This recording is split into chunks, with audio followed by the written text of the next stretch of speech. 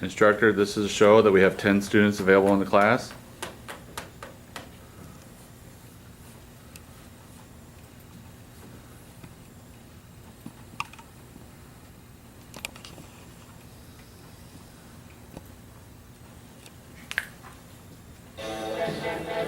This song was so fitting for our class today, so I thought I'd play it a little bit. I want to do drugs.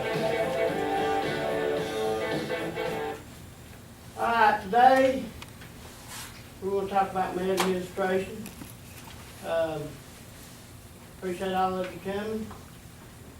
My name is Matthew Todd Muncie. I have a wife, her name is Lindsay Muncie. I got 4 kids.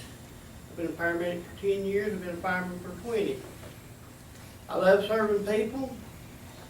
My dad, this has been sort of a tradition. My dad was one of the first EMTs in Scott County, Virginia, and he also ended up becoming a local instructor and a national instructor. How many of you know a little bit about medics administration, about what we're going over today? That's good. And we shouldn't have too much problems today getting through this. All right, we're going to start out with the first slide. We're going to define our objectives today. Our objectives will be define the roles of medical administration. We're going to have definitions and terms. We're also going to talk about the 5 rights. And we're going to talk about the drugs that are allowed for North Carolina, especially this region of Rowan County. We're going to show you briefly how to look at the drug protocols. Also, we're going to talk a little bit about medical safety.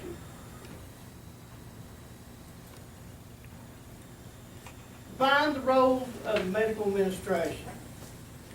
The administration of medication to a patient is often the chief responsibility of the attending medical responder.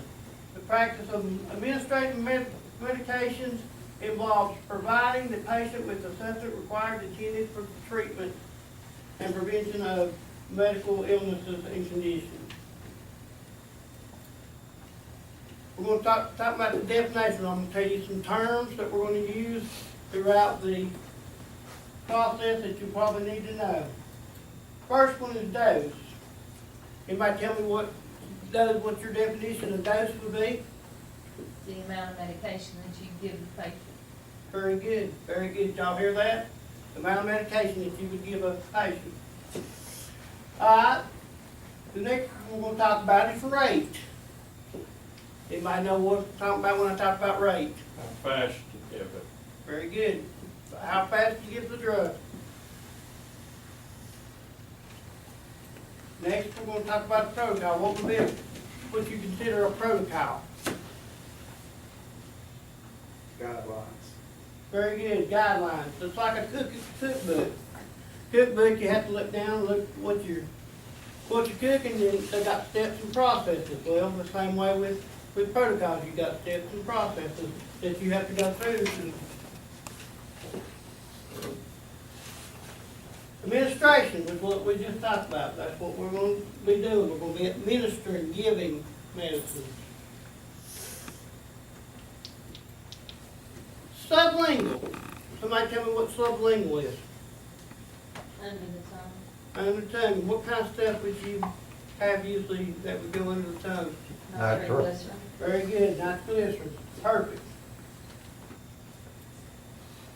All right.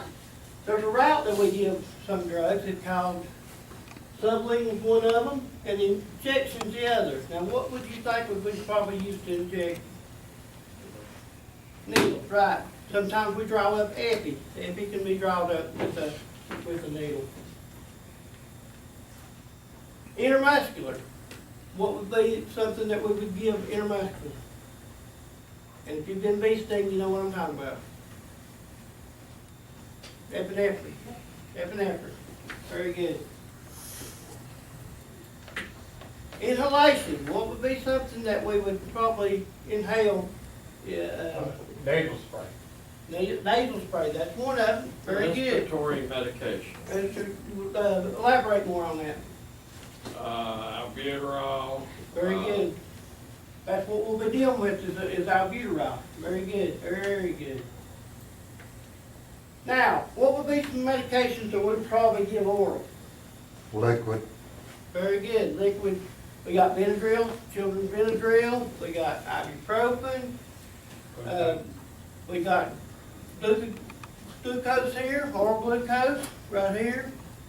Also, your aspirins and your ibuprofen, that would be something that we would give orally. Pretty good. There's 5 rights of medical administration. Anybody ever heard of that? 5 rights? Very good. 5 rights. First thing we need to make sure it's the right patient you're giving the medication to. You walk in the house, somebody's sitting there going, Mom, she's hurting bad, and you got 2 or 3 women in the back. Make sure, if you have to give medication fast, make sure it's the right person, okay? We don't want to give the wrong one the wrong medicine. Make sure it's the right medication. Now, I'm gonna tell you something about this. Some of these bottles right here, as you can see, are look the same but different medications. And if you decide to go further on as a paramedic, there'll be a lot of vials that look the same. So make sure that you check the medicine before you use it. Okay, make sure it's the right medication. And do not be ashamed to say, hey, look at this medication. I've given this, right? And then say yes to your partner with you. Because some people may think it's stupid, but it can save you one day. You go to court and they say, well, I think he gave you something else. Well, no, because I showed it to this gentleman and he said I gave the right medication. So make sure you give the right medication. Right dose. Make sure, same way you did with making sure you gave the right medicine. If you have to draw it up in a needle and syringe, make sure you show your partner. Say, hey, I'm giving 2 milligrams of this, okay? You see I'm giving 10 milligrams, right? And it's this medicine. So make sure you're giving the right dose. The right route. Now, something I'm gonna tell you about this. We're lucky because we got these EpiPens, okay? But sometimes Epi's drawn up with a needle and syringe. And with the one Epi, you don't want to give Epi 1/1000, which is what you're giving in the injectors and drawing up in an IV, because it's a whole lot different than the regular Epi you give for other things like cardiac arrest and stuff. So it can mess you up. So make sure you give it the right route. And it's the right time to give it. Make sure when you go in and do your assessment and everything, and you talk to each one of these people, make sure that when you do that, you make sure that it's the right time to give it, okay? Make sure you check all their medicines, what they took and stuff, so you know whether you need to give it. And when they took it. Huh? And When they took it, exactly. That's a very good thing to know. Because if they took it like yesterday morning, and it's already been 24 hours, chances are they took their medicine, so that's probably the reason why they're doing what they're doing. Alright, this right here, as you can see right up here, this is the upper page. We separated these pages for a reason. This upper page up here shows what medication you can give as an EMT. If you look at the first one right here, this is your medical responder. This is what he can give. Right here is EMT. That's what they can give. Then the advanced EMT, of course, they've changed some of this around, but the advanced EMT gives that, paramedics can give all that, okay? Also, I want you to pay attention here too, for when we get to the next slide. See these numbers, like the 4 right here, this 4 and this 4 and the 15, them are like footnotes.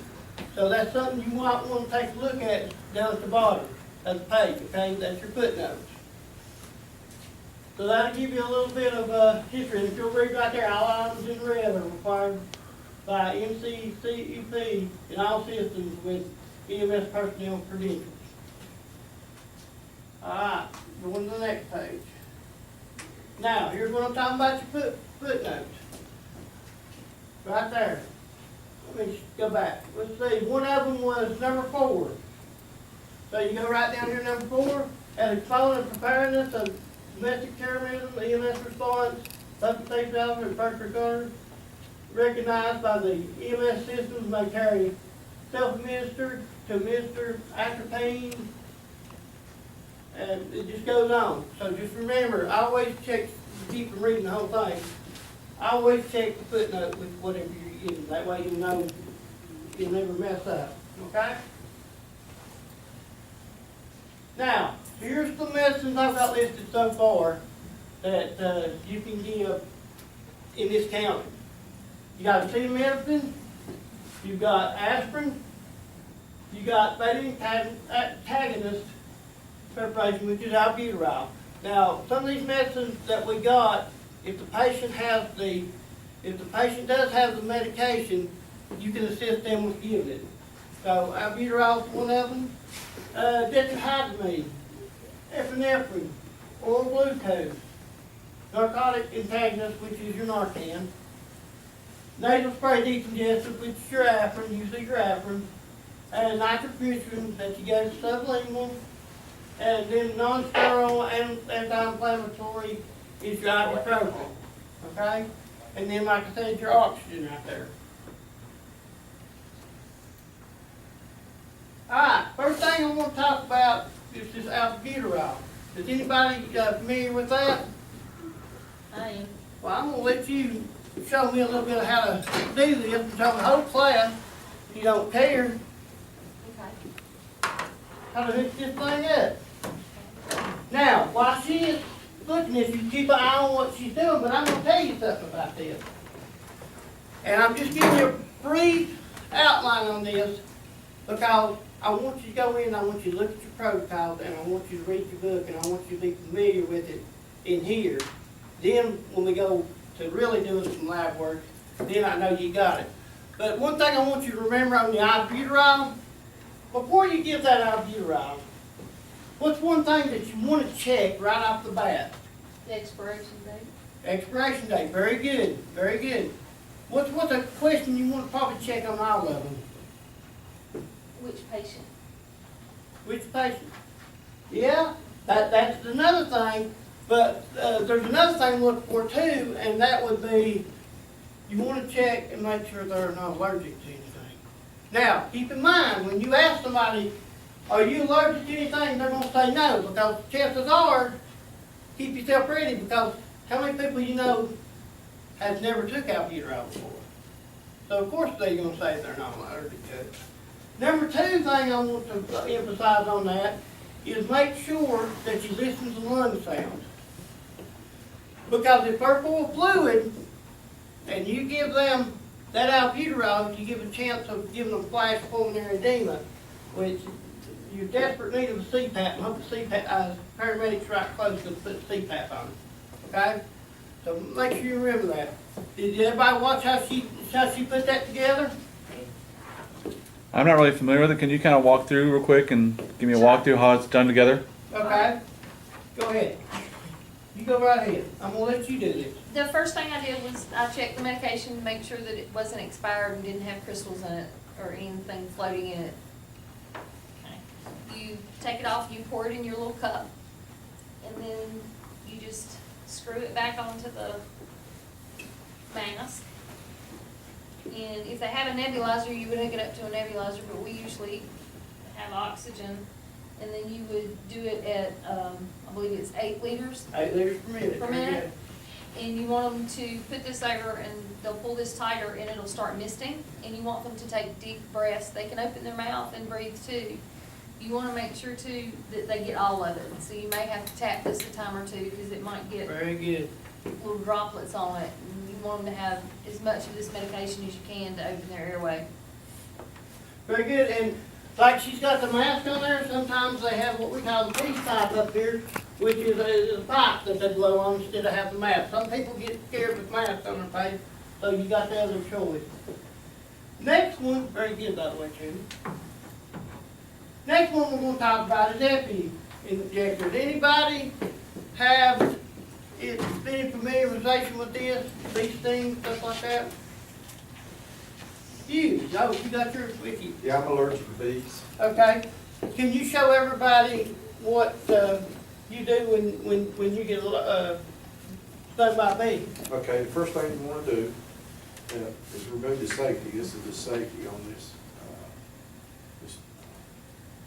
mechanism. You pull up, turn, release it. To inject, you need to do it on the outside of the thigh.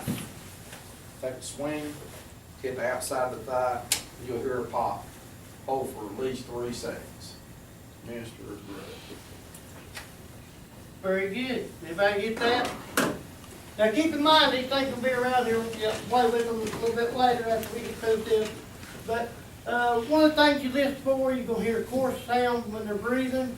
Also, ask them to open their mouth if their tongue's swelling, that's a dead giveaway. And a lot of times they'll have the hives, some of them will start out with the hives first, then have the difficulty to swallow is another thing that they'll have when they have that problem.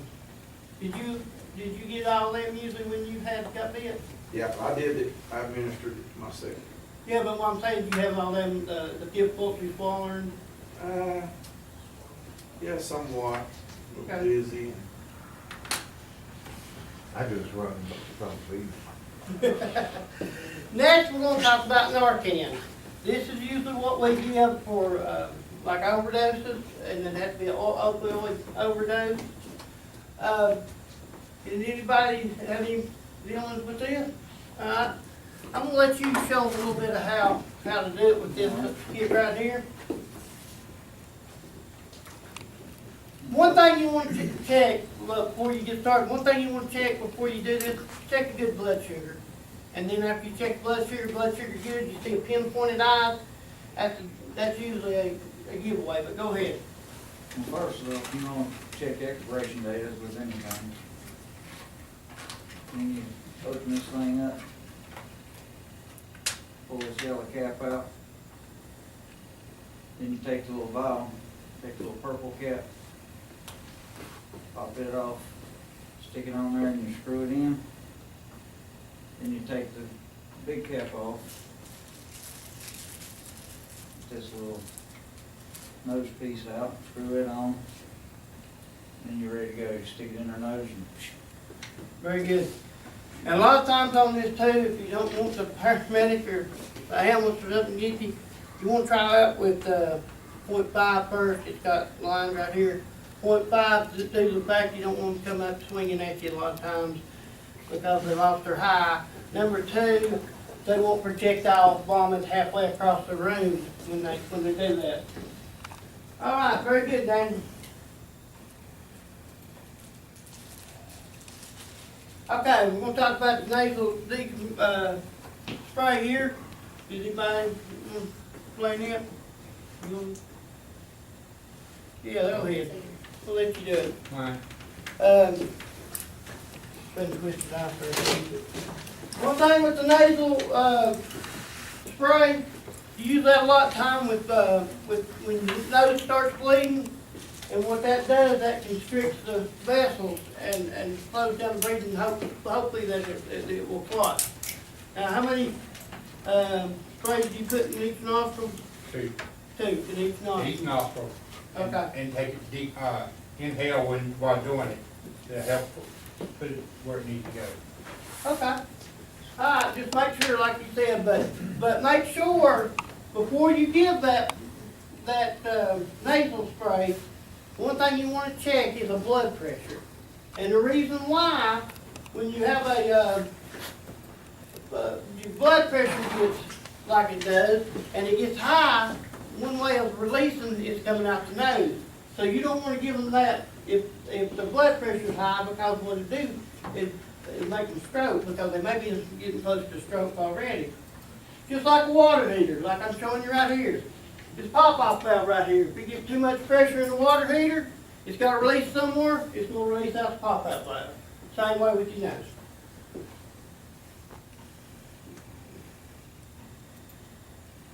Also, just real quick, nitrostat, that's where you get your sublingual, that's what goes under your tongue.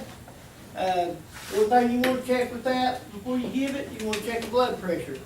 Because if our blood pressure is low, and you give them that, you can take it out and really cause the blood pressure to really drop. So make sure we check the blood pressure with that. Protocols. Okay, just right up here, but this is what the protocols look like. It'll give you, look at the history here. It will tell you different things to look for in history with, what, like paint control, we're dealing with paint control here. In the middle, it shows you signs and symptoms, like severity, quality, sharp, dull, stuff you should be looking for. Differential would be things that could come up, it could actually be instead of the thing that it's actually telling, okay? Like you might want to look for, cardiac problems. If they're having pain in the chest, it may not be just because of muscle problems, it could be actually the heart doing it. Just like here, it'll tell you right here, the B right there is what EMT can give.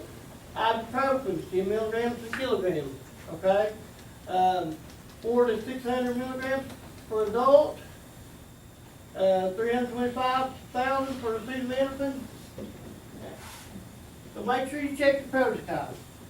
Now, at the bottom, they got what you call pearls, okay? This pearl means, look for the red letters, just like in the Bible. Look for the red letters. Red letters right up here, recommend exams, mental status. Make sure you do them different area of pain and the neuro exam. Also, you want severity. You gotta check your severity. And then it's got little notes right up here for the pediatric part. It's got different things in here that you might want to check out. So be sure and read your pearls, okay? Next, we're going to talk about needle sticks and safety, okay? I am a recipient of 2 different sticks, accidental sticks, okay? I was in an ambulance one time, going down the road, they hit a big old pothole, and right when I get ready to stick, and I went to catch myself, and the needle went in my hand, okay? This was after sticking the patient. So then you have to do what they call the Ryan White law, which they have to tell you the information you need to know to make sure you didn't get nothing. They have to test the person and tell you that you're all right and all that. Second time, I was in the middle, I had a lady that was fighting us. They had 3 officers and 2 people. We was just trying to get her calmed down. And well, her foot got loose from the officer and was coming towards my head right after I stuck her, and I come back to catch myself and caught myself in my hand to keep from getting kicked in the face. So sitting and waiting on them results sometimes bothers you. Sometimes sitting and waiting on them results. So make sure with this safety, we try to watch out for the person behind us, and we need to watch out for everybody behind us, because if they got kids in the room, stuff like that, we need to watch out for that. Summary. Can somebody tell me what defining the roles of a medical administrator, what some of them are? What do they do? Takes care of any of the issues and problems that the patient's having, that helps to alleviate some of it or get it under control. With medical administration, very good, very good. Some definitions, y'all done pretty good on that. You knew the role, the rates, and how much to give and all that stuff, very good. How about the 5 rights? Can anybody tell me some of them? Right medication. The right, Right medication, okay. the right dose. Right dose, Right patient, okay.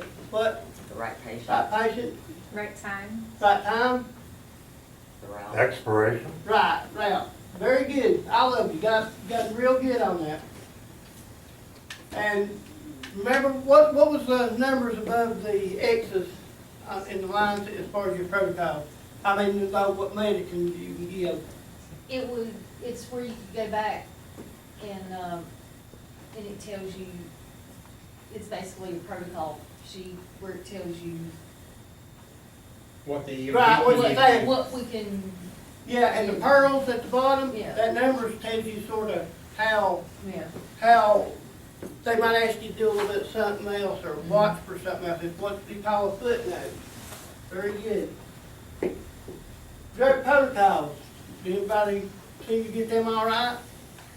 Everybody do them all right as far as better looking at them, so when you do studies night, that you'll know how to sort of glance at them. Yeah, well, we're reading words. Be able to read the words? Yeah. Very good.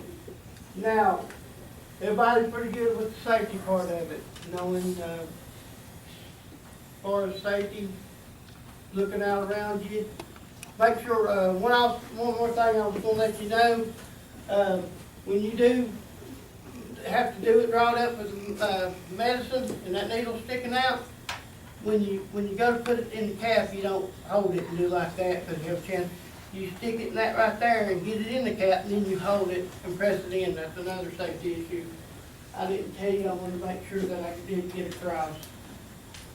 But everybody seemed pretty comfortable with some of these medications.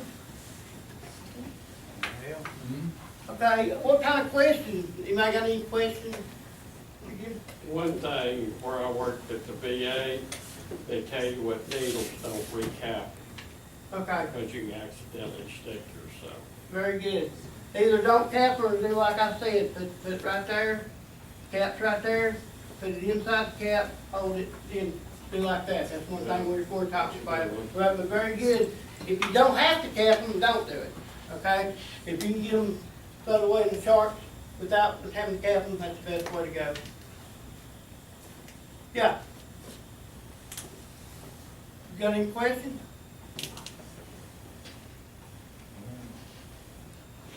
Anything? Well, what I'm gonna have y'all do right now, I want y'all to come up here, y'all come up here, and I want you to practice on some of these things. But yet, I'll start passing them down the table here. I got several different of those kits. You can go ahead and start pass them down.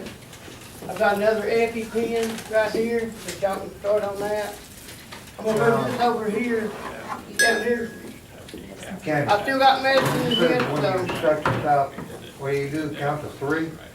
Yeah, that gives the medicine a chance to. You don't have to put Three, nothing in or No, anything, just right? pop it, it goes in there, give it 3 seconds. Then pull it back out. After that, it goes in really good. alright, I'm gonna, there's Like 5 this. milliliters. I've got another one of these, if y'all wanna practice So with that's this. one of the things you can use, like we used What to. was the Keep setting from going as in far there as to like- administer? Anaphylactic Eight. shock. 8 liters per minute. What would they use for like, what would they use like for snake bites? Snake bites were it used to be where they would put ice on it, put a band on it, but they're a little hesitant about putting the ice and stuff on it now, just to get you to the hospital. You don't take a razor blade and cut it next in? No, there's no John Wayne in it now. You're not in the middle of the cowboy days, I'm sure in that day. Well, what we're gonna do is, here's some more for units.